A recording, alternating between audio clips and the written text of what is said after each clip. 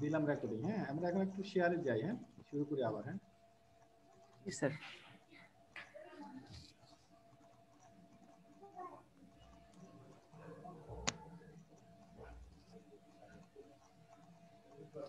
দেখা যায়? হ্যাঁ স্যার, দেখা যাচ্ছে।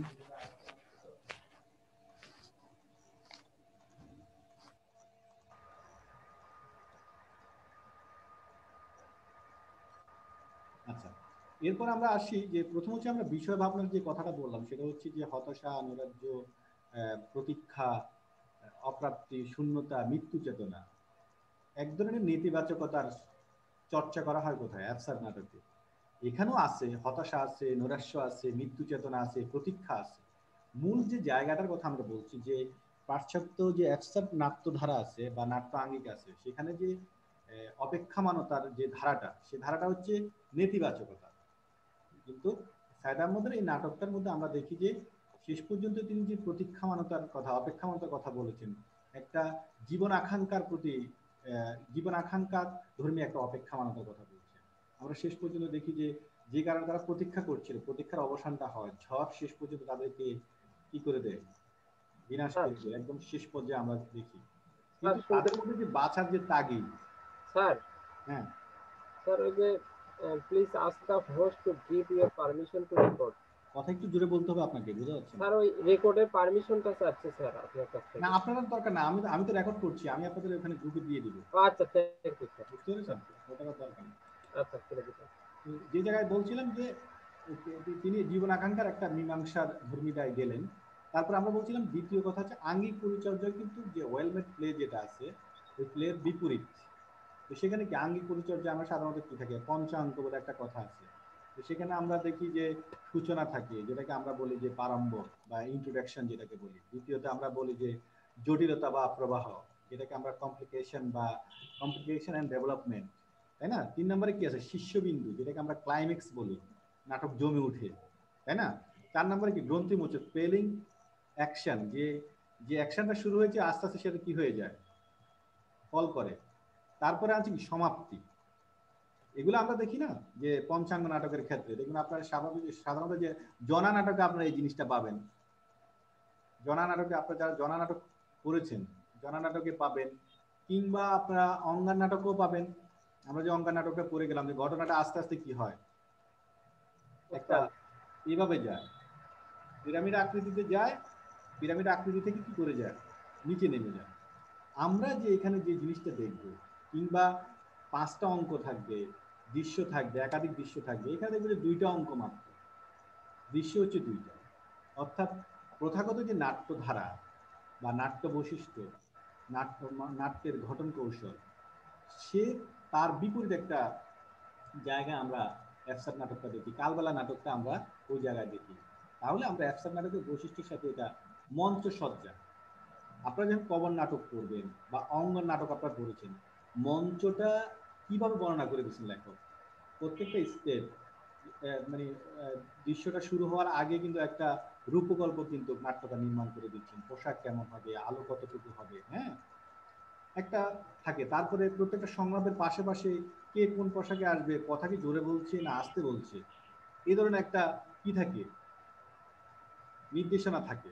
কিন্তু এই নাটকে আপনারা কিন্তু এই জিনিসটা কিন্তু দেখতে পাচ্ছেন না কিন্তু। অর্থাৎ আপনাকেই সবকিছু ধরে নিতে হবে, অনুমান করতে হবে, হ্যাঁ, এই জিনিসটা। আর অভিনয় কলা, অভিনয় কলাটা আপনারা এখানে দেখবেন যে আমাদের যে রিচুয়াল গুলো আছে, যে সেলিম আল দিনের যে আপনার চাকা নাটকটা সম্ভবত নিত্য ম্যাডাম করে গেছেন, যে দ্বৈত অদ্বৈতবাদ, কিংবা আমাদের লোকজ যে নাট্যধারা আছে, প্রাচীন প্রাচীন ও মধ্যযুগের নাট্যধারা, সেই নাট্যধারার কিন্তু অনেক উপাদান কিন্তু আমরা এই এই অ্যাবসার্ড নাটকটার মধ্যেও পাই। রিচুয়ালের অনেক উপস্থাপনের দিক থেকে কিন্তু অনেক বৈশিষ্ট্য আমরা এখানে পাই। পাই এই অর্থ বলছি যে কাঠামোটা হচ্ছে তিনি পাশ্চাত্য থেকে নিলেন। অ্যাবসার্ড নাটকের জীবন বৈশিষ্ট্য, জীবন দর্শন এরকম হতে পারে, কিন্তু তিনি উপস্থাপনের ক্ষেত্রে আমাদের যে প্রচলিত যে জীবন দর্শন, প্রচলিত যে লোকাচার, সেই লোকাচারগুলোকে কি করে নিলেন তিনি নাটকের কাঠামোতে কি করে দিলেন, কাঠামোবদ্ধ করে দিলেন। আপনারা মানে দেখবেন ওই যে যখন ওই যে মেয়েটা মেয়েটাকে নিয়ে এসে কুমারী মেয়েটাকে নিয়ে আসে, তাকে যে কথা বের করে, ওখানে দেখবেন যে আমাদের যে মধ্যযুগীয় কাব্য উপস্থাপনের যে ধারা বা শিখ বাজানো বাঁশি বাজানো রিচুয়াল গুলো আছে, এই রিচুয়াল গুলো কিন্তু আমরা এই জায়গায় পাবেন।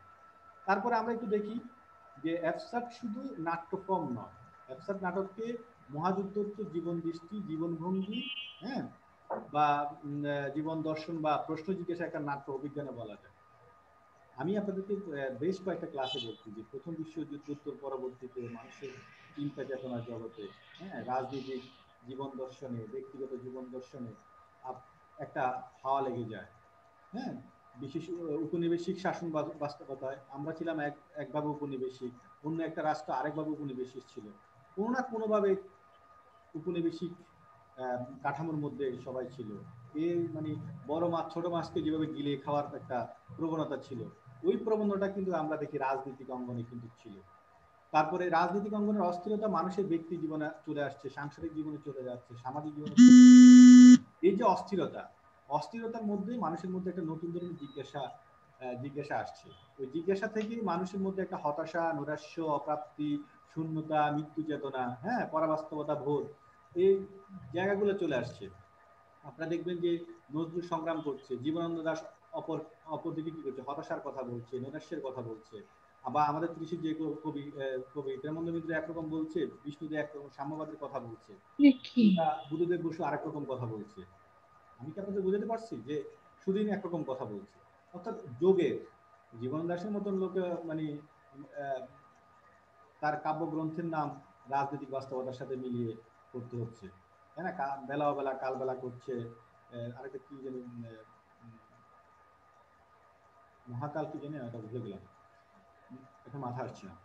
তো ওই সেই জায়গা থেকে আমরা যদি দেখি যে দ্বিতীয় বিশ্বযুদ্ধোত্তর যে কাল, এরপরে কিন্তু আরো বেশি হতাশা মানুষের মধ্যে বিরাজ করছিল, নৈরাশ্য বিরাজ করছিল, অপ্রাপ্তি বোধ বিরাজ করছিল। মানুষ যা প্রত্যাশা করছিল, প্রচলিত সমাজ কাঠামো, প্রচলিত রাষ্ট্র কাঠামো, সব কাঠামোর মধ্যে কি আসছে, এক ধরনের ভেঙে গেছে। প্রচলিত যে সমাজ কাঠামোটা, রাষ্ট্রীয় কাঠামোটা ভেঙে গেছে, যে যেখানে মানুষ সাম্যের কথা বলছে, সেখানে মানুষের মধ্যে কি আসছে, বৈষম্য চলে আসছে।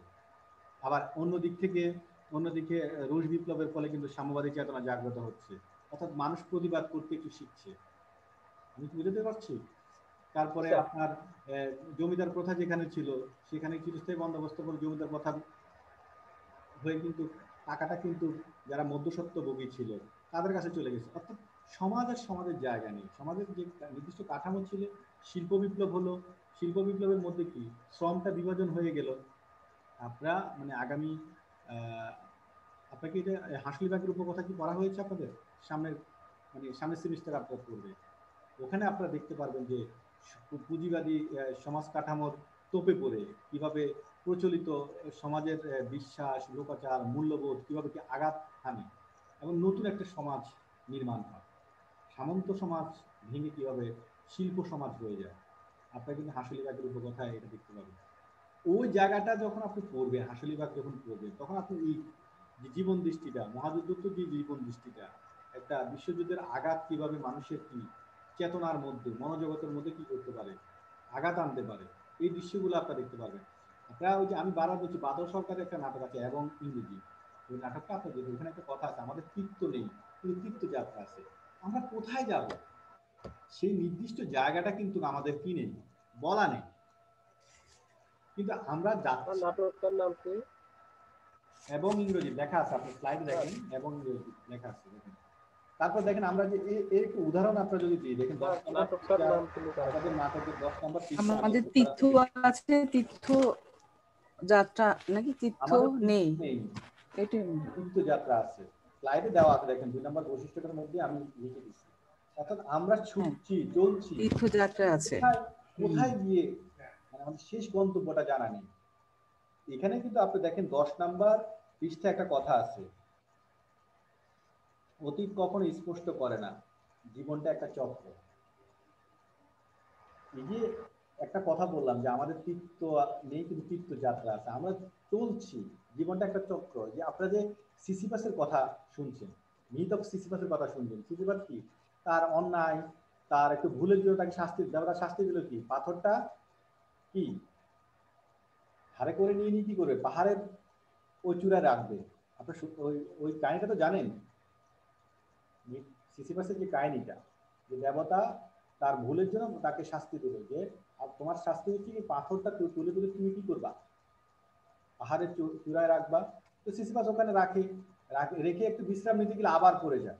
আবার সে প্রতিদিন তার কাজে হচ্ছে এই পাথরটা তুলে নেওয়া, কিন্তু পাথরটা সেই জায়গায় সে রাখতে পারে না। পাথরের মানে পাহাড়ের চূড়ায় তো পাথর রাখা যায় না, সেটা এটা আবার পড়ে যাবে। অর্থাৎ মানুষের জীবনটা একটা চক্রাকার, মানে একটা চক্রের মধ্য দিয়ে আবর্তিত হয়।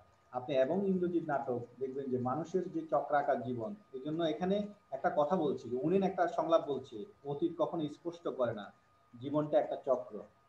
এই অ্যাবসার্ড নাটকের যে এই চক্রাকার জীবনভঙ্গি মানুষের, এই চক্রাকার জীবনভঙ্গিটাকে নাট্যকার কিন্তু বারবার তুলে ধরে। আমি কেন করছি, কি করছি, কিছু আমার জানা থাকে না, কিন্তু আমি এই কাজটা করে যাই। 14 নম্বর পৃষ্ঠা একটা দেখেন, এখানে আরেকটা কথা আছে যে অ্যাবসার্ড নাটক একটি অনিশ্চিত, অনুর্বর, আশাহীন জীবনের ইঙ্গিত। অ্যাবসার্ড নাটকটা হচ্ছে একটা অনিশ্চিত, অনুর্বর বলতে যেটা যেখানে কোনো ফল নাই, মানুষ করে যাচ্ছে। এই যে আপনারা দেখবেন যে কালবেলা নাটকের কথায় ধরেন, সময়কে তারা অতিবাহিত করে, প্রতীক্ষা করে, একটা ঝড় আসবে। এখন ঝড় আসবে সবাই জানে, মৃত্যুটাও নিশ্চিত। এখন যেই সময়টুকু বেঁচে আছে অন্তত ওই সময়টুকু উদযাপন করে তারা যেতে চায়।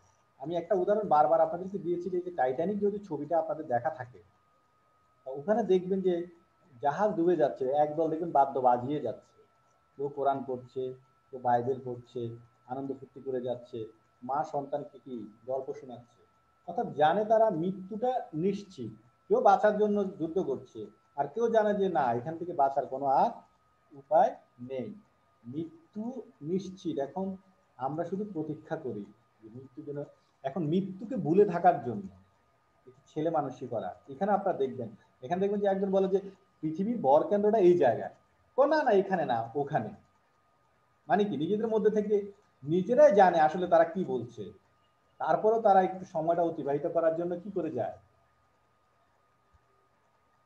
সময়টা ব্যয় করে যায়, প্রতীক্ষা করে যায়, কথার জাল বুনে, কথার অনুজাল বুনে। আমরা দেখবেন কালবেলা নাটকে সেটি নেই, কিন্তু কথার অনুজাল আছে, কথার অনুজালটা দিয়ে তারা কি করে, সময়টাকে অতিবাহিত করে। এখানে দেখবেন আমি বলছি অনিশ্চিত যে জীবনযাত্রা, এখানে একটা কথা আছে, আমি সবকিছু দিতে রাজি এই ভবিষ্যৎ জানার জন্য, মানবতার ভবিষ্যৎ। অর্থাৎ ভবিষ্যতে কি হবে, আমি একটা বারবার বলছি যে আমাদের তীর্থ নেই, কিন্তু তীর্থযাত্রা আছে। আমরা ছুটে চলছি কিন্তু গন্তব্য নেই, ভবিষ্যৎ কি সেটা আমরা জানি না। তাহলে মোটামুটি আমাদের একটা জায়গায় এসে আমরা এই কয়েকটা বৈশিষ্ট্য দেখলাম। পরবর্তীতে আমরা যাই, দেখেন অ্যাবসার্ড নাটকের গঠন পদ্ধতি আপাত দৃষ্টিতে উদ্দেশ্যহীন, অনির্দিষ্ট। আরম্ভ যেখানে, পরিণতিও সেখানে, কারণ পরিণতি বিষয়ে নাট্যকারের গভীর অনাস্থা আছে। আপনি যদি এই কালবেলা নাটকটা দেখেন, যে গঠন পদ্ধতিটা দেখেন, যে একটা দৃশ্য আমরা দেখি 12টা বাজে শুরু হয় চর আলেকজান্ডারে, আর সন্ধ্যা 6টায় শেষ হয়ে যায়। শুরুও কোথায়, শেষও কোথায়, এর মধ্যে শুধু কথা আর কথা। নাটকটা মনে হচ্ছে যেখানে শুরু হয়েছে সেখানেই শেষ হয়ে গেছে। একই জায়গায় বসে তারা কি করছে, একই দৃশ্যপটে বসে বারবার মনে হচ্ছে ঘুরে ফিরে একই কথা বলছে। সবকিছুর জায়গার মধ্যে এক ধরনের একটা প্রতীক্ষা, এক ধরনের হতাশা, মানব জীবনের অপ্রাপ্তি বোধ, এই জায়গাগুলো কিন্তু বারবার ঘুরে ফিরে আসছে। কিন্তু নাট্যকার কিন্তু একটা কৌশল অবলম্বন করেছেন এখানে।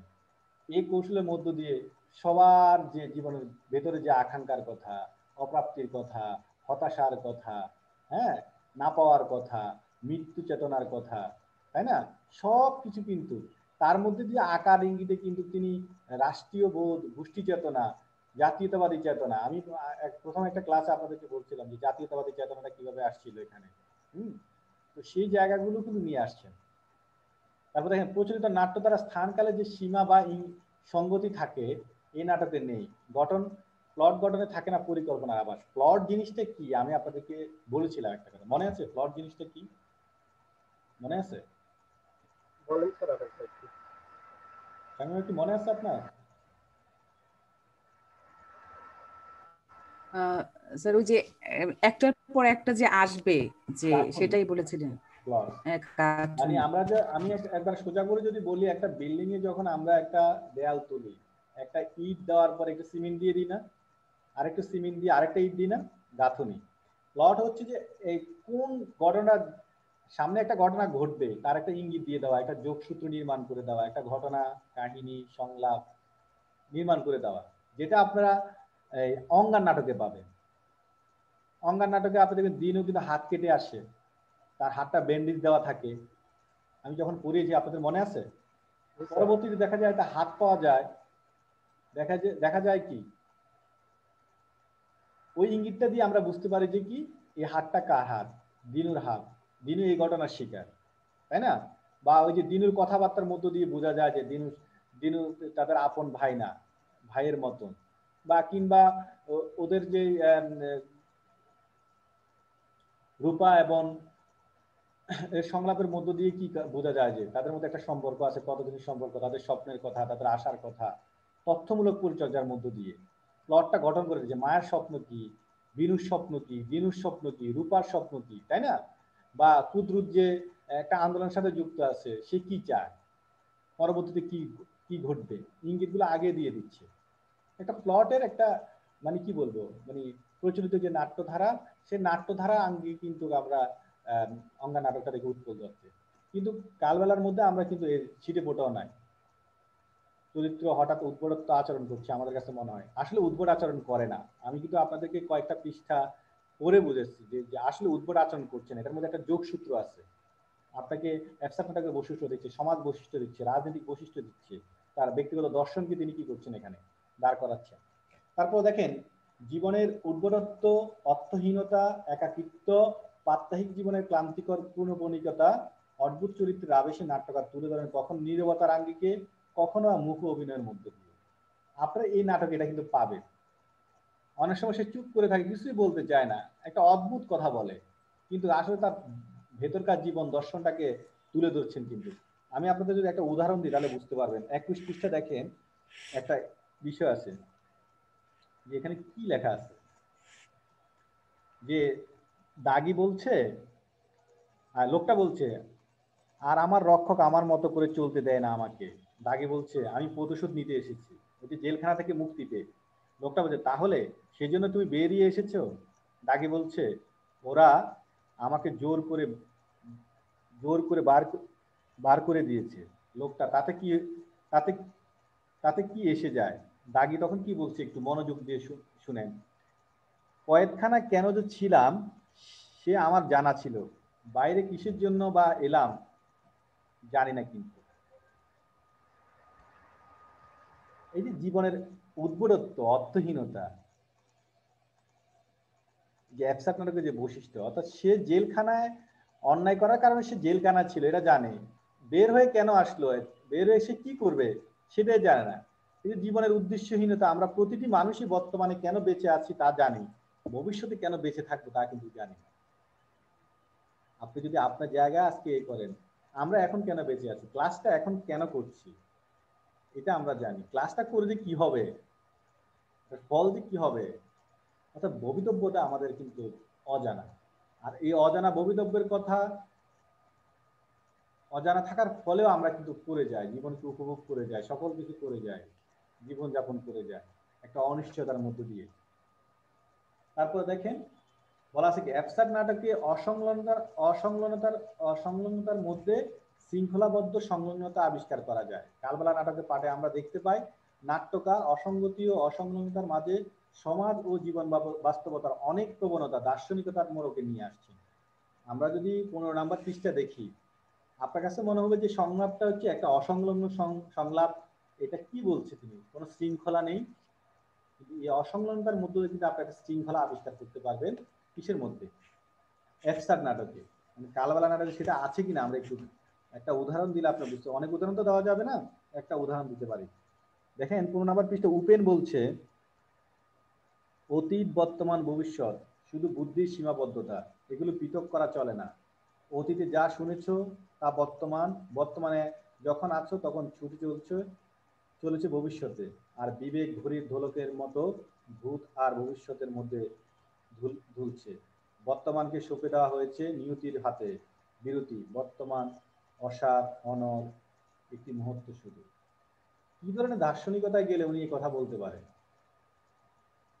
কি ধরনের দার্শনিকতা বলছে যে বর্তমানটা কি কি বলছেন, যে একটা অসার অনর একটি প্রতিটি মুহূর্ত শুধু। মানে আমাদের জীবনটা ধরেন, আমি একটা বারবার বলছি যে আপনি আজকে রাত্রে, আজকে অনেকগুলো মৃত্যুর খবর শুনছি। আপনারা হিমেল বরকত মারা গেছেন, কবি হিমেল বরকত জাহাঙ্গীরনগরে। মার্চও আমাদের জাতীয় বিশ্ববিদ্যালয়ে উনি আসছেন। আপনার আমার মতন অনলাইনে উনি ক্লাস নিচ্ছিলেন সকাল 11টায়। ক্লাস চলাকালীন সময় তিনি কিন্তু হার্ট অ্যাটাক করলেন। আমি নিজেও তো জানি না, এই যে অনিশ্চয়তা ভরা যে জীবন, বর্তমানটাকে তিনি বলছেন অসার অনর মুহূর্ত। আপনি যদি আবিষ্কার করতে থাকেন জীবন আমরা কিভাবে চলছি, এটাও তো একটা উদ্ভটত্ব জীবনে। আমি কি চাইলাম, আপনার সাথে কথা বলছি, আমি এখন নাই, এর মধ্যে কিন্তু আমি কি চলে গেলাম। এই যে জীবনের অর্থহীনতা, একাকিত্ব বোধ বা উদ্ভটত্ব, অনিশ্চয়তা জীবন সম্পর্কে, এই বিষয়গুলো কিন্তু আমরা অ্যাবসার্ড নাটকে পাই। ওই দর্শনটাকে নাট্যকার বিভিন্ন চরিত্রের কথোপকথনের মধ্য দিয়ে কিন্তু আমাদের মাঝে নিয়ে আসে। তারপর দেখেন, অ্যাবসার্ডধর্মী নাটকে বিপন্ন মানবতার এক ধরনের দোহ ও পর্যবেক্ষণ দেখা যায়। ফলে অ্যাবসার্ড নাটকে নাট্যকার বিপন্ন সত্তার বিচ্ছিন্নতার মধ্যে সংলগ্নতা সূত্র আবিষ্কারে সচেষ্ট থাকে। আপনারা বিপন্ন মানবতা, আপনারা দেখবেন এখানে যে মানবদের কথা বলা হয়েছে, তারা তো একটা ঝড়ের জন্য অপেক্ষা করছিল। তাদের জীবনের তো আর কোনো এই নাই, একটা অস্তিত্ব তাদের বিপন্নর মধ্যে আছে। ওই বিভিন্ন মানবদের মধ্যে থেকে কিন্তু দাগি একরকম কথা বলে, উপেন একরকম কথা বলে, তারপরে আর কি আছে, আহমদ একরকম কথা বলে, মোরল কথা বলে। মোরল কথা বলতে কিন্তু তার 14 গোষ্ঠীর কথা, তার খারাপ কথা ভালো কথা সব বের হয়ে যাচ্ছে সেখানে। যে দাগি আছে সে প্রতিবাদ করে, নারীটা প্রতিবাদও করে, সুযোগ বুঝে প্রতিবাদও করে। আমি কি বুঝাতে পারছি আপনাদেরকে? একদম দোহ আছে, পর্যবেক্ষণ আছে। তারপর দেখেন অ্যাবসার্ড নাটকের সময় সংক্রান্ত বোধ মানুষের মধ্যে বিচ্ছিন্নতার সূত্রপাত কথা। এখানে সবকিছু একটা সময়, সময়টা একটা ফাঁপা। এই নাটকে একটা সংলাপ আছে কিন্তু, জি স্যার, প্রথমের মনে দিকে আছে কিনা, সময়টা একটা ফাঁপা। প্রথমে প্রথম দিকে মরল আহমদের মধ্যে কথা বলে, সময়টা একটা ফাঁপা, যে কখন খবর নাই এটা একটা খবর, তাই না? দেখেন, খবর নাই এটা একটা খবর, এটা কিন্তু অ্যাবসার্ড নাটকের বৈশিষ্ট্য। সংলাপের মধ্য দিয়ে কিন্তু বৈশিষ্ট্যটা বলে দিচ্ছে যে আসলে কাহিনী নাই, ঘটনা নাই, এটা একটা ঘটনা। বলে না যে এই লোকটা ধর্ম নাই, সে হচ্ছে নাস্তিক। নাস্তিক যার ধর্ম না সেটা তার ধর্ম, নাস্তিকবাদী তো তার একটা ধর্ম, এটা হচ্ছে তার ধর্ম। সে মনে করে যে ঈশ্বর নাই, সে মনে করে যে পৃথিবী এমনি সৃষ্টি হয়েছে, এটা তার ধর্মবোধ, বিশ্বাসবোধ। আপনি আমি মনে করি একরকম, ও মনে করে একরকম, অর্থাৎ ও ঈশ্বরহীনতার যে বিশ্বাসবোধ, এটা একটা তার ধর্মবোধ। এই জন্য আমরা আমরা বলি যে ধর্মহীনতা একটা ধর্ম। এই জন্য তাকে কিন্তু আমি কটাক্ষ করতে পারবো না, তাকে নিয়ে আমি সমালোচনা করতে পারবো না। তার ধর্ম পালন করা তার অধিকার আছে, আমার ধর্ম পালন করা আমার অধিকার আছে। যে আমাদের রাষ্ট্রীয় ব্যবস্থা, যে আপনি দেখেন যে আমাদের রাষ্ট্র কাঠামোতে একটা কথা আছে যে সংবিধানে, যে ধর্মনিরপেক্ষতা। ধর্মনিরপেক্ষতা বলে কোনো কথা আসলে হয় না। একজন ব্যক্তি কখনো ধর্মনিরপেক্ষ হতে পারে না। সেকুলারিজম যে শব্দটা, ওই শব্দটাকে আমরা বলছি ধর্মনিরপেক্ষতা, এটা কিন্তু সঠিক না।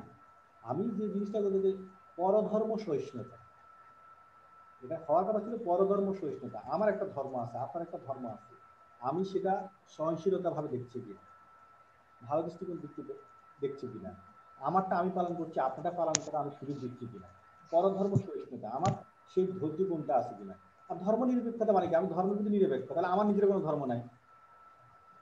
আমি ধর্ম নিরপেক্ষতার কথা বলতে গেলে আমার নিজের ধর্ম থাকবে না। বাস্তবতা যে স্বাভাবিক দৃষ্টিকোণ থেকে বললে এটা হচ্ছে, আমরা আসলে সঠিক শব্দগুলো প্রয়োগ করতে পারি না, এই জন্য ভুল মেসেজ যায়। একজন ধর্মনিরপেক্ষ মানুষকে আমরা বলি ধর্মহীন। যে ধর্মনিরপেক্ষ মানুষ যারা প্রগতিশীল চিন্তা করে, সাহিত্য যারা পড়াশোনা করে, তারা অনেকেই এই জিনিসটা চর্চা করে। আমাদের অনেক শিক্ষক আছেন যে কোনো ধর্মকর্ম করেন না, মানে সব ধর্মকে সমান দৃষ্টিতে দেখা, ধর্মনিরপেক্ষ দৃষ্টিকোণ থেকে দেখা, এটাকে আমরা ধর্মহীন বলছি।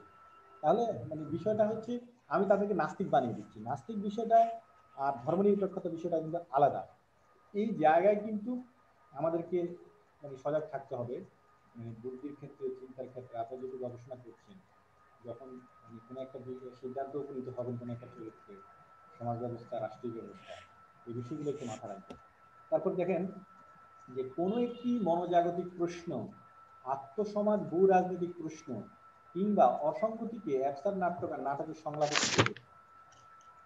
নাটকে তো উপন্যাস বলেন, ছোট গল্প বলেন, যে একজন উপন্যাসিক বা একজন ছোট গল্পকার যেভাবে একটা চরিত্রের মধ্যে দিয়ে বর্ণনা করতে পারে, বা চরিত্রের মধ্যে বর্ণনা ছাড়া উনি কিন্তু গদ্যে বর্ণনা করে যান ঘটনাকে, একজন নাট্যকার কিন্তু সেটা পারেন না। তাকে কি করতে হয়?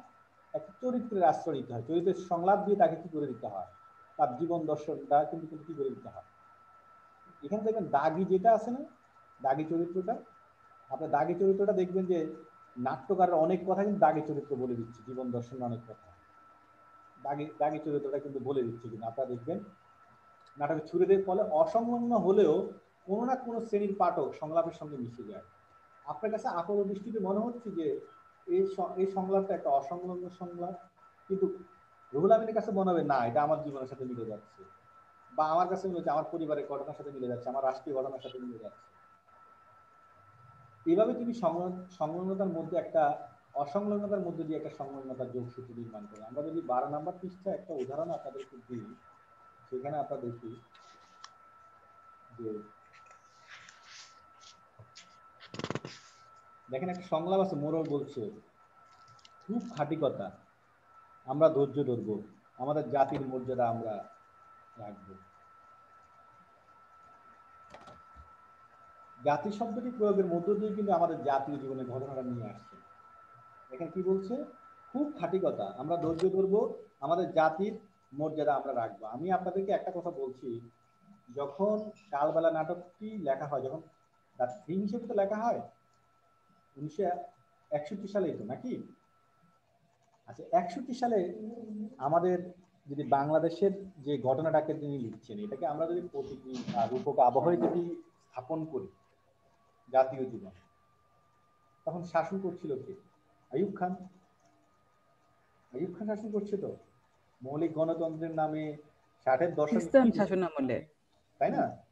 পাকিস্তান শাসক আইয়ুব খানের আমলে। তাহলে আমাদের জাতীয় জীবনের ধৈর্য ধরার কথা বলছেন। এই যে সংলাপটা আপনার কাছে মনে হচ্ছে একটা খাপ ছাড়া একটা সংলাপ ছেড়ে দিছে, কিন্তু আপনার নাটকটার যে রচনাকাল, নাটকটার যে বৃহত্তর প্রেক্ষাপট, যদি বৃহত্তর প্রেক্ষাপট জনজীবনের কাঠামোটাকে যদি নিয়ে আসেন, প্রেক্ষাপট স্থাপন করেন, একদম ব্যাকগ্রাউন্ডে স্থাপন করেন, তাহলে আপনারা কিন্তু মানে এটার আলাদা একটা রূপক আবহ কিন্তু আপনি পেয়ে যাবেন কিন্তু ওসব জায়গা। সংলাপ জিনিসটা অ্যাবসার্ড নাটকের কথোপকথনের ভঙ্গি নয়, চেতনার প্রক্ষেপণ। সংলাপ শুধু এখানে কথা না, আমরা যেরকম মানে প্রথাগত যে নাটকে যে সংলাপ মানে কি ভাব বিনিময় করা, এখানে দেখবেন যে প্রত্যেকটা সংলাপ কিন্তু ওই চরিত্রের যে চেতনা বা মনোজগতের যে অবস্থানটা, রূপকল্পটা মনোজগতের, তার দর্শনটা, তার চিন্তাটা, সে কি বলতে চায়, কোন একটা ফিলোসফি তিনি কি নিয়ে আসতে চান, ওই ফিলোসফিটার কিন্তু সংলাপের মধ্য দিয়ে কিন্তু প্রত্যেকটা সংলাপের মধ্যে কিন্তু কি থাকবে, একটা দ্ব্যর্থবাদকতা থাকবে, মানে দুইটা অর্থ মিনিং করবে। আমরা কিন্তু এটা তো যাচ্ছি যে সংলাপগুলো একাধিক অর্থ, অ্যাবস্ট্রাক্ট সংলাপটা কি একাধিক অর্থ কি করতে পারে, আপনার সামনে নিয়ে আসতে পারে। অর্থাৎ কবিতার ব্যঞ্জনা, অ্যাবস্ট্রাক্ট নাটকের সংলাপের মধ্যে কবিতার ব্যঞ্জনা থাকবে। কবিতার মধ্যে যে কবিতার, যে আমরা একটা কবিতাকে চিরন্তন কবিতা বলি কেন, জীবনানন্দ দাশের কবিতা বলেন, নজরুলের কবিতা বলেন, 1000 বছর ধরে কি পৃথিবীর পথ হাঁটা যায়?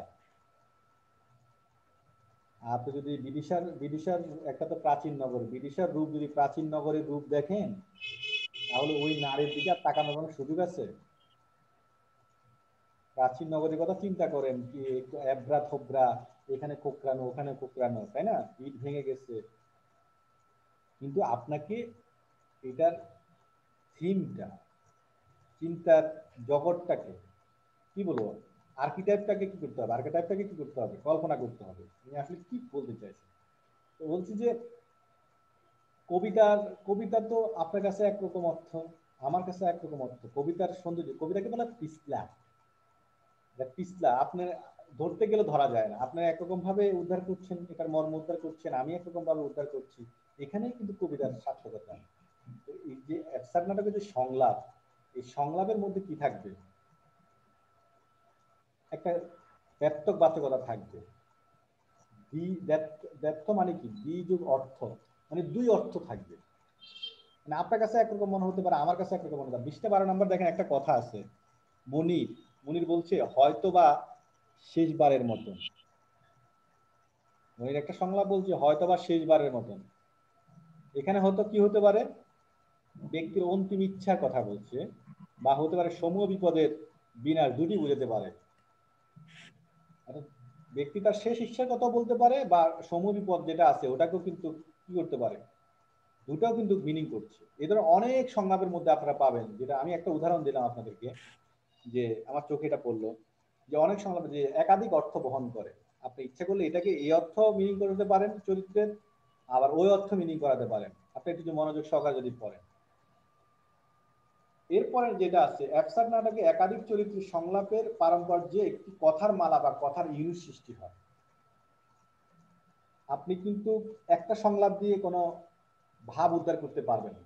অ্যাবসার্ড নাটক 3-4টা চরিত্র মিলে একটার পর একটা কথা বলছে, এই যে কথার ইউনিট গুলো আছে, প্রত্যেকটা কথাকে আপনি যদি একটা ফুল ধরে নেন, এই ফুলগুলো যে একটা মালা গাঁথেন, ওই সবগুলো সংলাপ নিয়ে কিন্তু আপনার একটা অর্থ পাবেন। আমি একটা উদাহরণ দিলে আপনি বুঝতে পারবেন। যে প্রথম দিকে আপনি দেখেন, আপনারা যে 6 নাম্বার পৃষ্ঠা দেখেন, আহমদ বলছে প্রজনন বেদনা বিদুর। মনির বলছে প্রাকৃতিক বেলায় কোনটা। আহমদ বলছে বেদনা আনন্দ। মনির শুধুই খেলা শুধুই আনন্দ। আহমদ শুধুই ব্যথা শুধুই বেদনা। মোরল প্রকৃতি নির্বিকার। মনির কি আনন্দে কি বেদনায়। আহমদ বেদনায় শুধু বেদনায়। মনির যেতে দাও।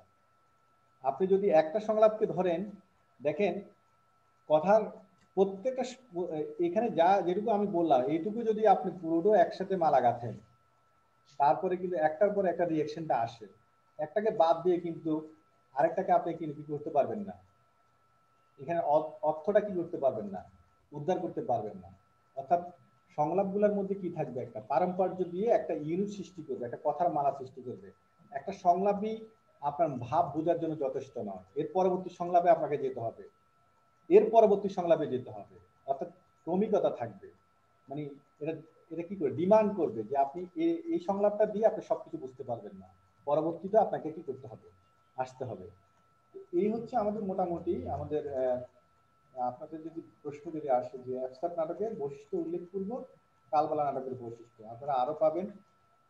সাইদ আহমদের নাটক নিয়ে খুব বেশি কাজ হয় আমাদের এই বাংলাদেশে। আপনারা কিছু বই সহযোগিতা নিতে পারেন। আমাদের মেহেন্দিগা ঢাকা বিশ্ববিদ্যালয়ের শিক্ষক, মানে বা ঢাকা বিশ্ববিদ্যালয়ের সাহিত্য পত্রিকা সাইদ আহমদের নাটক নামের একটা প্রবন্ধ ওনার আছে, আপনারা এই নাটক এই প্রবন্ধটা দেখতে পারেন। আর মীর হুমায়ুন বিপ্লব হুমায়ুন আর কি, মীর হুমায়ুন কবির, যে পাবনা বিজ্ঞান ও প্রযুক্তি বিশ্ববিদ্যালয়ের শিক্ষক, উনি ওনার একটা বই আছে সিকান্দার আবু জাফর ও সাইদ আহমেদের নাটক বইটা, এটা সম্ভবত বেঙ্গল থেকে বের হয়েছে মনে হয়, আপনারা ওই বইটা দেখতে পারেন। তারপরে এশিয়াটিক সোসাইটি থেকে একটা প্রবন্ধ আছে আমার চোখে পড়ছে, যদি আমি যেগুলো বলছি কোনোটা আমার সংগ্রহে নাই, আপনারা বুঝেছেন। মেহেন্দিগার নাটকটা আমি ছাত্র জীবনে দেখছিলাম, আপাতত আমার সংগ্রহ না, চাইলে আমি দিতে পারবো না। মানে এগুলো আমার পড়া ছিল এটা। আর এশিয়াটিক সোসাইটি থেকে সানজিদা মিশু, যে আপনার বঙ্গবন্ধু বিজ্ঞান ও প্রযুক্তি বিশ্ববিদ্যালয়ের শিক্ষক, ওর একটা প্রবন্ধ আছে, খুব বেশি আহামরি কিছু তা না, তবে আপনাদের কাজে আসতে পারে। খুব বেশি আহামরি কিছু তা না, এটা হতে পারে। আর আপনারা অ্যাবসার্ড নাটকের বৈশিষ্ট্যের জন্য যে কবির চৌধুরী যে একটা আছে সাহিত্য কোষ আছে, ওটা একটু দেখতে পারেন। আর কবির চৌধুরীর একটা লেখা আছে অ্যাবসার্ড নাটক নিয়ে। তারপরে কুন্তুল চট্টোপাধ্যায়ের একটা বই আছে সাহিত্য রূপ রীতি অন্য প্রসঙ্গ।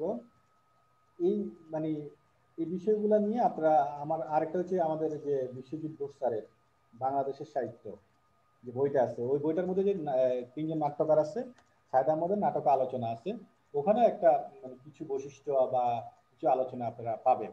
যে মোটা দাগে এই বইগুলো যদি আপনারা সংগ্রহ করেন বা এই লেখাগুলো পড়েন, তারপর আমি তো আপনাদেরকে একটা একটা লিঙ্ক দিয়েছিলাম মানে পেজ, ওই যে প্রথম দিকে এই লিঙ্কটা আপনারা পড়তে পারেন।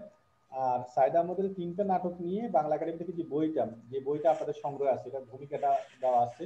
তো ভূমিকাটা একটু বজলুর জানি না মনে হয় না, বজলুল করিম, বজলুল করিমের যে ভূমিকাটা আছে ওই ভূমিকাটা আপনারা দেখতে পারেন।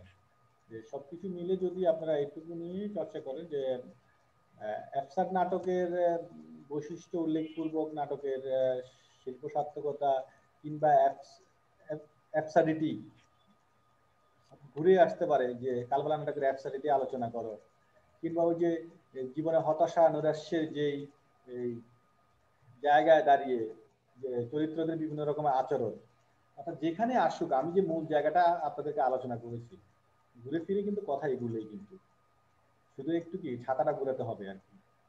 আশা করি আপনাদের ভালো আসবে। আর হচ্ছে আমি সুকুমার সাথে ক্লাস নিচ্ছেন নাকি?